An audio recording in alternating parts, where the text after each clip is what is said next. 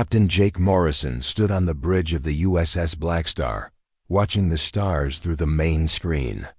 The ship moved through space like a ghost. No one could see them. No one could find them. That was exactly how Jake wanted it. 3 months had passed since the war began. The Zephyrians came from beyond the outer rim, bringing death to every human colony they found. Their ships were bigger, faster and stronger than anything humans had ever built. Their weapons could destroy entire cities with one shot.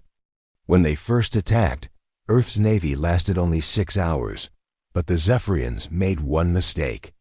They left wreckage behind. Jake remembered the day Admiral Lisa Grant called him to her secret office. She showed him pieces of alien metal, strange power cores, and weapons that hummed with unknown energy. "We're going to build something," she said. "Something they won't expect." That something was the USS Blackstar. The ship looked like a normal human cruiser from the outside, but inside it was completely different. Every system used alien technology that human scientists had learned to copy. The engines ran on quantum energy. The hull could bend light around itself, making the ship invisible. And the weapons were something special. "Captain," said Lieutenant Amy Walsh from her station. She was young, maybe 25, with short brown hair and quick eyes. "Long-range sensors are picking up movement near New Geneva Colony." Jake walked over to her station. Amy was the best tactical officer he had ever worked with. She could read a battle before it even started. "What do you see?" Amy's fingers moved across her screen. 50 ships, sir, all Zephyrian. They're setting up for an attack formation." Jake felt his stomach tighten. New Geneva had 2 million people living on it. Families, children, old people who had never hurt anyone. The Zephyrians would kill them all without thinking twice. "Sir," came another voice from across the bridge. Commander Roy Baker looked up from his engineering station. Roy was an older man with gray hair and hands that always smelled like machine oil. "We're not supposed to engage. Our orders are to watch and report." Jake knew Roy was right. The Blackstar was too important to risk in battle. It was the only ship of its kind. If they lost it, humanity would lose their only advantage. But Jake also knew what would happen to New Geneva if they did nothing. "How long until they attack?" Jake asked. Amy checked her readings again. 6 hours, maybe 7. "They're moving slow, probably checking for defenses." Jake walked to the center of the bridge. Around him, his crew of 200 people worked at their stations. Most of them were young, picked for this mission because they had no families to worry about. They all knew they might never go home again. Lieutenant Dan Torres looked up from the weapons station. Dan was a big man with dark skin and arms covered in old scars. Before the war, he had been a demolition expert. Now he controlled the most powerful weapons ever put on a human ship. "Captain, the void cannon is ready. All systems show green." The void cannon. Jake still could not believe such a thing existed. Human scientists had learned to create tiny black holes and shoot them at enemy ships. When the black holes hit something, they ate it completely. No explosion, no debris, just nothing. "Sir," Amy said quietly, "there's something else. The Zephyrian fleet has a command ship. Big one. If we could take it out, the others might scatter." Jake looked at the tactical display. 50 enemy ships against one. Any normal captain would call it suicide. But the Blackstar was not normal. "Roy," Jake called out, "how are our stealth systems?" "Perfect, sir. We could fly right through their fleet, and they wouldn't know we're here." Jake made his decision. "Amy, plot a course through their formation. Dan, I want firing solutions on their command ship and as many others as you can target. Roy, push the engines to full stealth mode." The bridge went quiet. Everyone knew what this meant. They were going to fight. "Sir," Roy said carefully, If we do this, there's no going back. Once we fire the void cannon, every alien in the galaxy will know we exist, Jake nodded. I know. But if we don't do this, 2 million people die today. And tomorrow it will be another colony, and another after that. He looked around at his crew. We didn't build this ship to hide in the dark. We built it to fight, Amy smiled. It was not a happy smile, but it was determined. Course plotted, sir. Dan's big hands moved over his controls, weapons armed and ready. Roy sighed but nodded. Engines ready for combat speed. Jake sat down in his captain's chair. Through the main screen, he could see the distant lights of the Zephyrian fleet. They had no idea death was coming for them. Oracle, Jake said to the ship's computer, run final combat calculations. The IS voice was calm and mechanical. Probability of mission success, 72%. Probability of ship survival, 41%. Probability of complete enemy fleet destruction, 89%. Those were good odds for what they were trying to do. All hands, Jake said over the ship's communication system. This is the captain. In 5 minutes, we're going to decloak in the middle of the enemy fleet. We're going to hit them hard and fast. Remember your training, trust your equipment, and remember why we're here. Jake looked at Amy. Take us in. The USS Blackstar turned toward the enemy fleet and began to move. In the darkness of space, death was coming, and it flew under a human flag. The USS Blackstar moved through space like a shadow. The Zephyrian fleet spread out before them, 50 massive ships in perfect formation. Each enemy vessel was 3 times larger than any human ship ever built. Their hulls gleamed silver in the starlight, and their weapons glowed with deadly energy. Captain Jake Morrison watched the tactical display as his ship slipped between the alien vessels. The Blackstar stealth systems worked perfectly. The enemy had no idea death was flying right through their formation. We're in position, whispered Lieutenant Amy Walsh. Her voice was steady, but Jake could see her hands shaking slightly over her controls. Enemy command ship is 2,000 meters off our port side. Jake looked at the main screen. The Zephyrian flagship was enormous, bigger than a city block.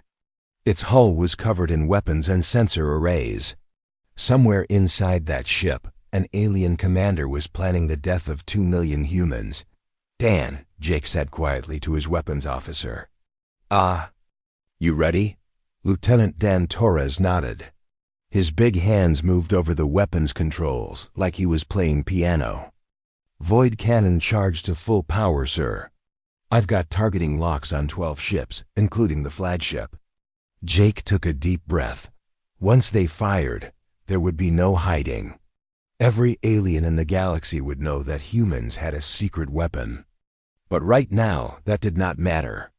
All that mattered was saving New Geneva. All hands, prepare for combat, Jake said over the ship's communication system. In 10 seconds we decloak. Make every shot count. The bridge went completely silent. Jake could hear his own heartbeat. He looked around at his crew. Amy sat ready at her station, her fingers hovering over the tactical controls. Dan stared at his weapons display, waiting for the order. Commander Roy Baker watched his engineering readouts, ready to push the engines to their limits. 5 seconds, Amy whispered. Jake gripped his chair. Decloak. Fire everything.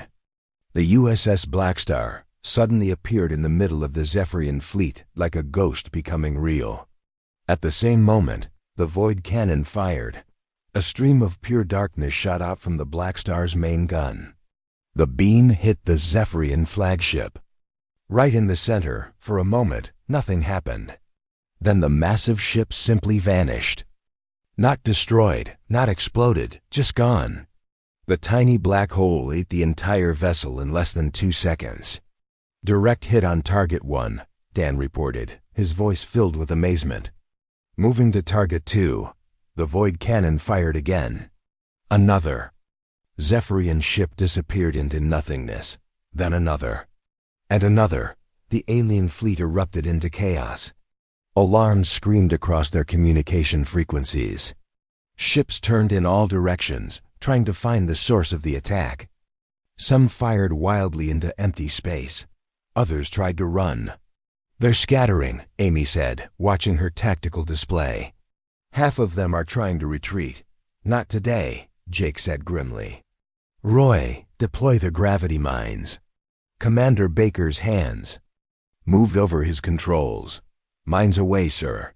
Invisible fields of twisted spacetime spread out from the Blackstar. When the fleeing Zephyrian ships hit the mines, their engines stopped working. The gravity fields held them in place like flies in a web. "Targets trapped," Amy reported, counting 37 ships still in the area.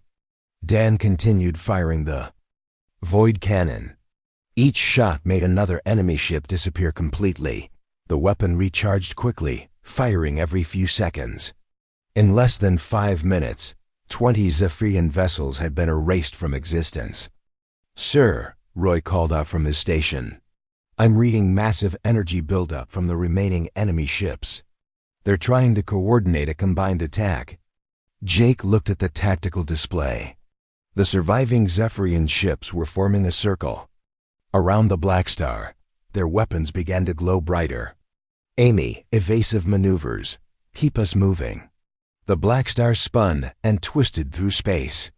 The ship's advanced engines let it move in ways that seemed impossible. It could stop instantly, change direction without turning, and accelerate faster than anything the aliens had ever seen. Zephyrian energy beams cut through the space where the Blackstar had been moments before. But Jake's ship was always somewhere else, always moving, always one step ahead. "Oracle," Jake called to the ship's computer. "Calculate firing solutions for maximum effect." The IS voice came back immediately. "Recommendation: fire at the fuel depot ship. Secondary explosions will damage nearby vessels." Dan found the target and fired.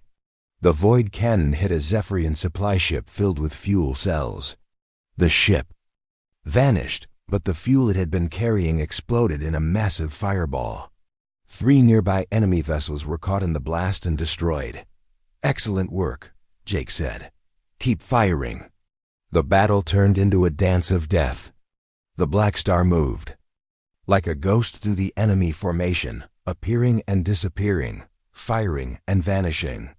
Every time the aliens thought they had the human ship cornered, it would slide away and strike from a new angle.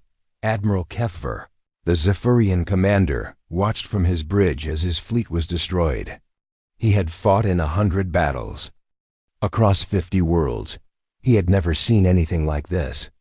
The human ship moved like it was alive, like it could think faster than his computers. "All ships, concentrate fire on Grid 77, he ordered desperately. But by the time his ships fired, the human vessel was already gone. 20-5 minutes after the battle began, only 3 Zephyrian ships remained. The rest were gone, erased by the void cannon or destroyed by secondary explosions. "Sir," Amy said, "the remaining ships are trying to jump to hyperspace." "Let them go," Jake said. "We want survivors." 2 of the alien ships managed to escape. The third tried to ram the Blackstar in a final desperate attack, but Dan eliminated it with one last shot from the void cannon. Suddenly, space was quiet. Where 50 enemy ships had been, now there was only empty darkness and scattered debris from the secondary explosions. "Battle complete," Amy reported. "Enemy casualties: 47 ships destroyed, 3 escaped." "Our casualties: none." Jake leaned back in his chair. His crew looked around at each other in amazement. They had just fought 50 enemy ships and won, but Jake knew this was only the beginning. Soon, every alien in the galaxy would know about the USS Blackstar, and they would all want it destroyed. The news spread through Zephyrian space like wildfire. A single human ship had destroyed an entire battle fleet. Across 100 worlds, Alien commanders stared at their reports in disbelief. Some thought it was a mistake. Others believed it was impossible. But the 3 ships that escaped New Geneva told the same story over and over. The humans had a ghost ship, a vessel that could appear from nowhere, destroy everything in sight, and vanish again. The survivors called it the Death Shadow, War Marshal. Vexthu read the reports in his command center on the planet Zephyr Prime. He was the greatest military mind in the Empire, a warrior who had conquered 23 worlds. His 4 arms moved over the holographic displays as he studied the battle data. Impossible, he said to his aide. No single ship could do this, but the evidence was clear. 47 ships gone. No wreckage, no survivors, just empty space. Where a fleet used to be. Vexthil had seen many weapons in his long career, but nothing like this. "Marshal," his aide said nervously, "the High Command wants to know your recommendations." Vexthil thought for a long moment. "Send word to all fleet commanders, no ship travels alone. Minimum escort of 20 vessels for any operation. And I want our best hunter-killer squadron prepared for a special mission." Meanwhile, on the USS Blackstar, Captain Jake Morrison received a coded message from Admiral Lisa Grant. The transmission was heavily encrypted and bounced through 17 relay stations to hide its origin. "Jake," the message said, "you've stirred up a hornet's nest. Intelligence shows the Zephyrians are pulling ships from the front lines to hunt you. Good. That gives our colonies time to evacuate. But there's something else. They're massing their reserve fleets near the Centauri system. We think they're planning a direct assault on Earth." Jake felt his blood run cold. Earth, home to 8 billion people. If the Zephyrians attacked the homeworld, humanity would be finished. "Sir," Lieutenant Amy Walsh said from her station, "we're receiving priority communications from 3 different colonies. They're reporting Zephyrian patrol fleets that just disappeared." Jake looked at the tactical display. Red dots marked the locations where enemy ships had vanished. The pattern was clear. Someone else was hunting Zephyrians. "How many ships?" Jake asked. 15 at Darwin Colony, 12 near the Proxima Station, and 8 around the mining platforms at Kepler 442, Amy reported. "All gone without a trace, Commander." Roy Baker looked up from his engineering station.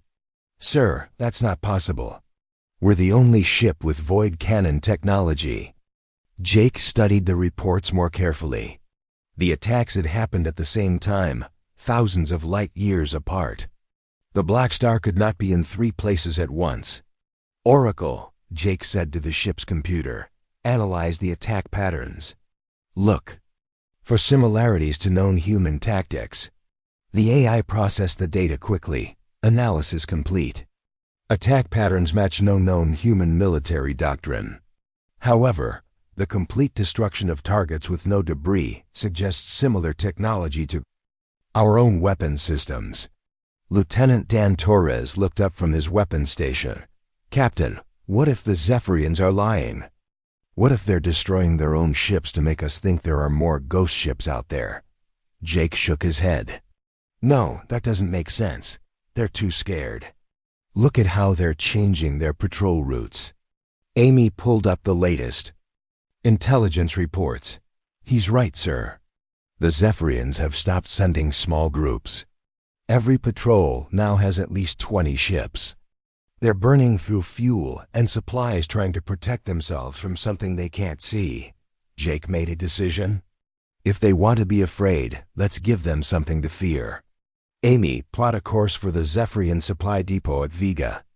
Station, Dan, I want you to work on new ammunition types for the void cannon." Dan grinned. "I've been thinking about that, sir.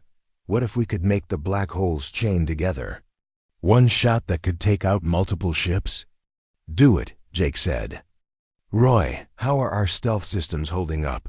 "Perfect, sir. But I'm worried about the long-term effects of the void cannon. Every time we fire it, we're exposing the ship to exotic radiation. The hull can handle it for now, but if we keep this up... How long do we have? Jake asked. Roy ran some calculations. Maybe 6 months of regular combat operations. After that, the radiation will start affecting the crew. Jake nodded grimly. 6 months to end a war. It would have to be enough. Over. The next 2 weeks, the USS Blackstar became a nightmare for the Zephyrian Empire. The ship struck at supply convoys, destroyed communication relays, and eliminated patrol fleets. Always at night, always without warning, always leaving no survivors. The Zephyrians began calling it the Death Shadow. Their ships refused to travel the outer shipping lanes. Trade between worlds came to a halt. Entire sectors were abandoned. As military commanders pulled their forces back to protect core worlds, on the planet Zephyr Prime, War Marshal Vexthul watched his empire crumble.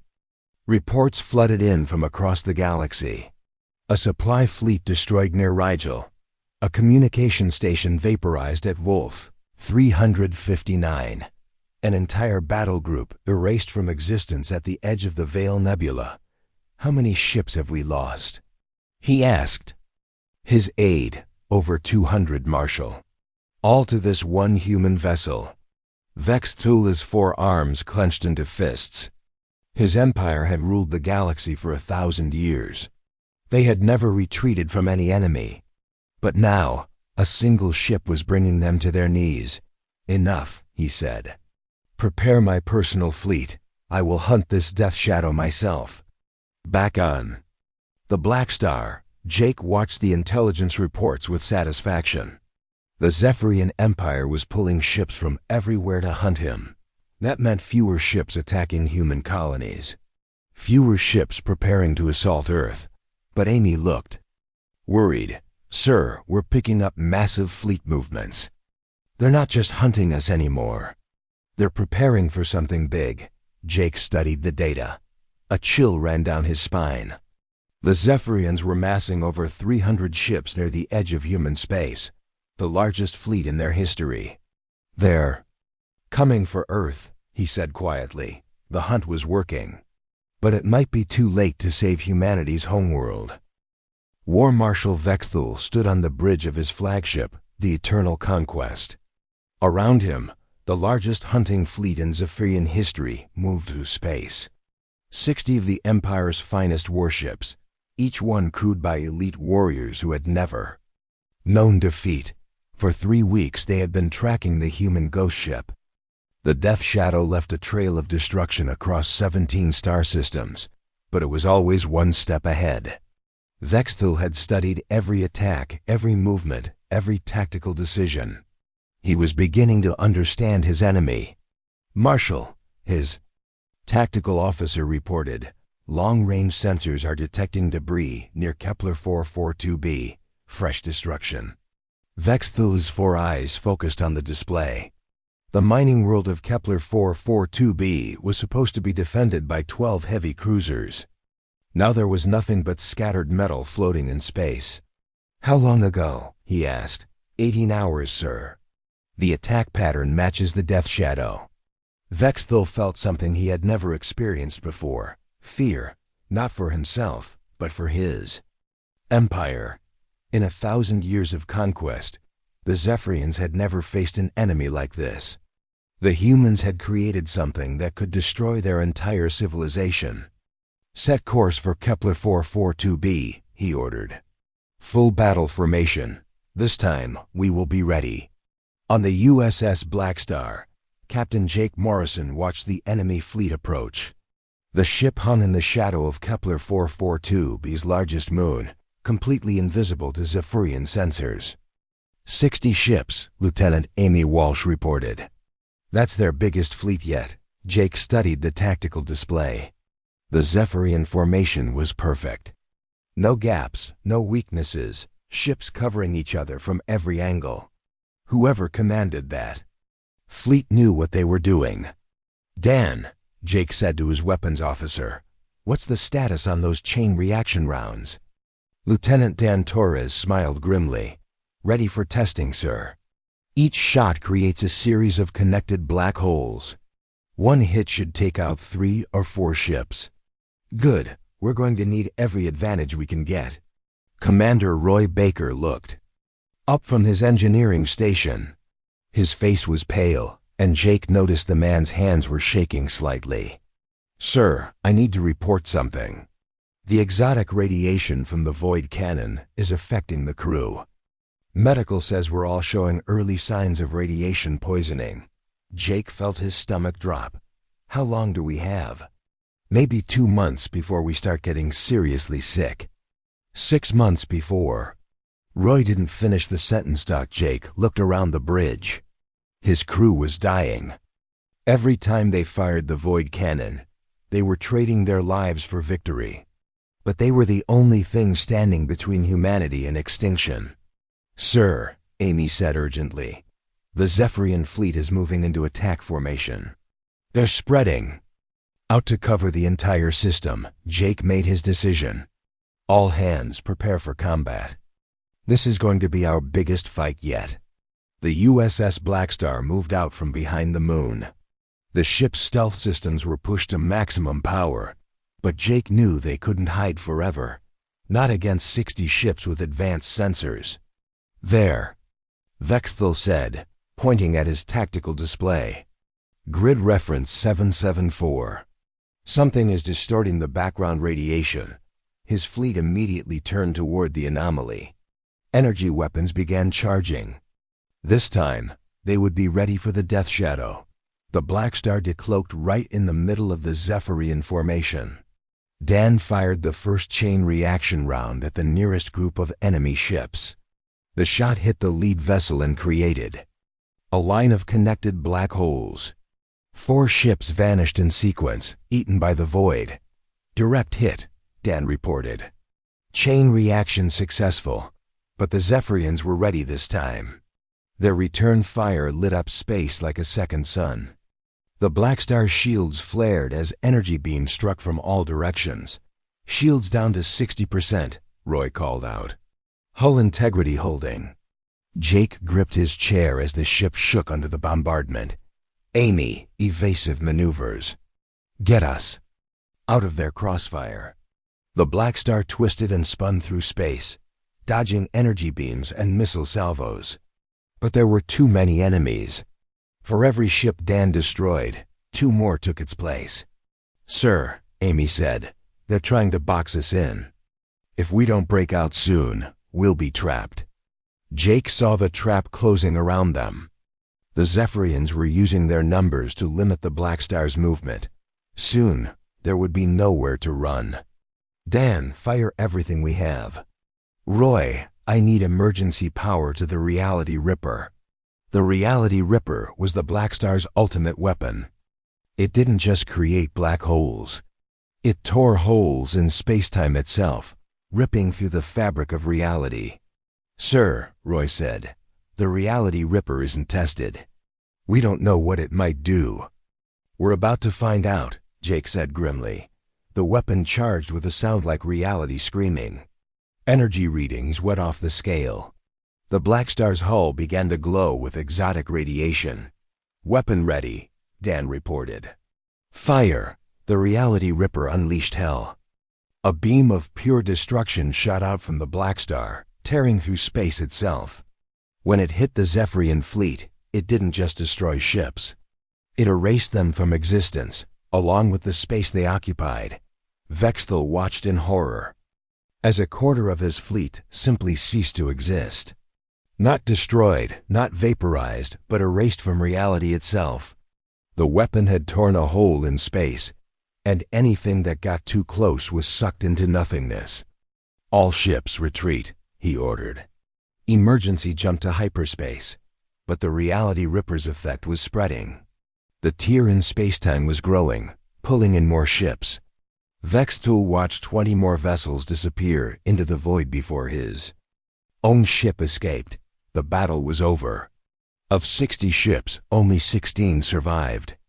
The rest were gone, along with several of Kepler 442b's moons. On the Blackstar, Jake surveyed the aftermath. The weapon had worked, but at a terrible cost. The ship's hull was cracked from the exotic radiation. Half the crew was unconscious from radiation exposure. "Sir," Amy said weakly, "sensors show the surviving Zephyrian ships are retreating. They're broadcasting on all frequencies." Jake listened to the alien transmissions. Fear, pure, absolute terror. The Zephyrians were telling the entire galaxy about what they had seen. A human ship that could tear holes in reality itself. "Oracle," Jake said to the ship's computer, "what's our status?" "Hull integrity at 40%. Crew health declining. Rapidly.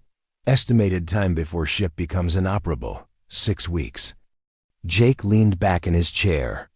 They had won another battle, but they were dying. The question was, could they end the war before the radiation killed them all? Across the galaxy, the news spread.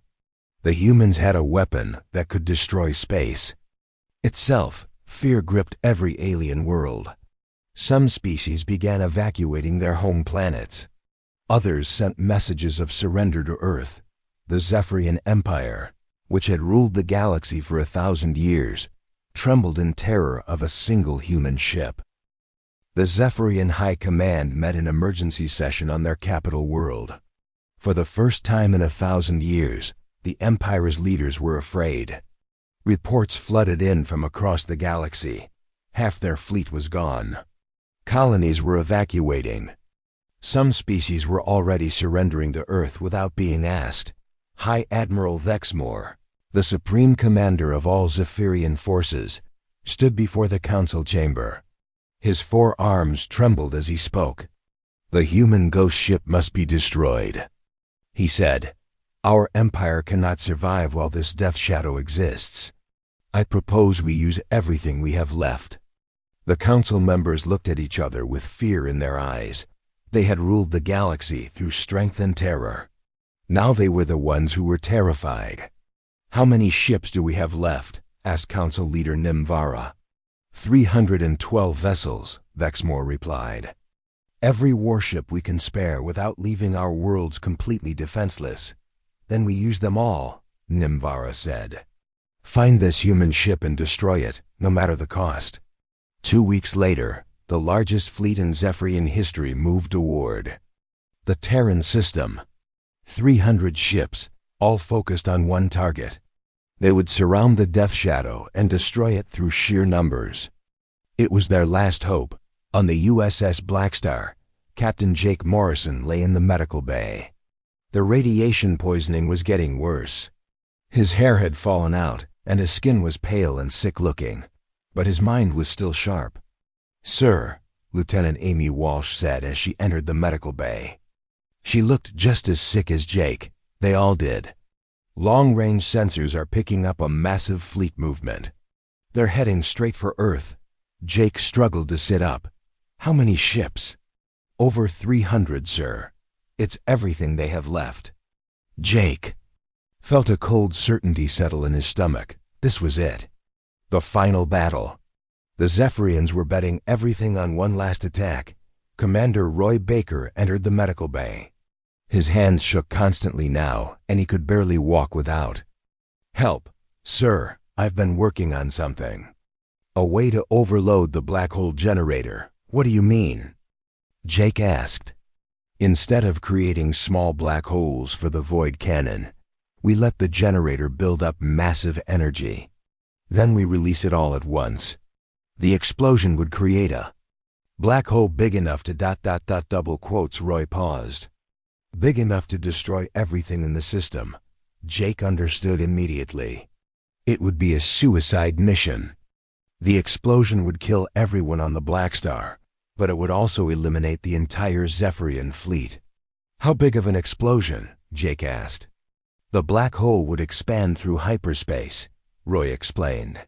"Any Zephyrian world within 50 light years would be destroyed. It would end their empire completely." Lieutenant Dan Torres entered the medical bay. The big man could barely stand, but his eyes were still determined. "Sir, the crew knows what you're thinking. We've talked about it. We're all dying anyway. From the radiation." At least this way, our deaths mean something. Jake looked around at his officers. They were all dying. The exotic radiation from their own weapons was killing them slowly and painfully. They had maybe 2 weeks before they became too sick to fight. "Amy," Jake said, "send a message to Admiral Grant. Tell her what we're planning. She needs to know." Amy nodded and left to send the coded transmission. Jake knew Lisa Grant would understand. She had always known this mission might be one way. The reply came back 6 hours later. "Approved. Thank you for everything.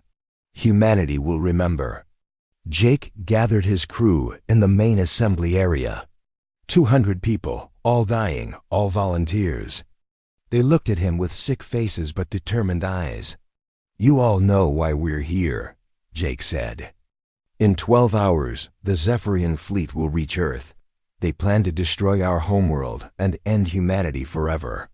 We can't let that happen." The crew listened in silence.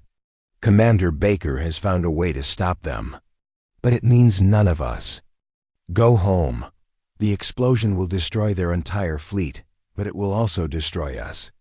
Jake paused, looking at faces he had come to know and respect over the past months. "I won't order anyone to stay.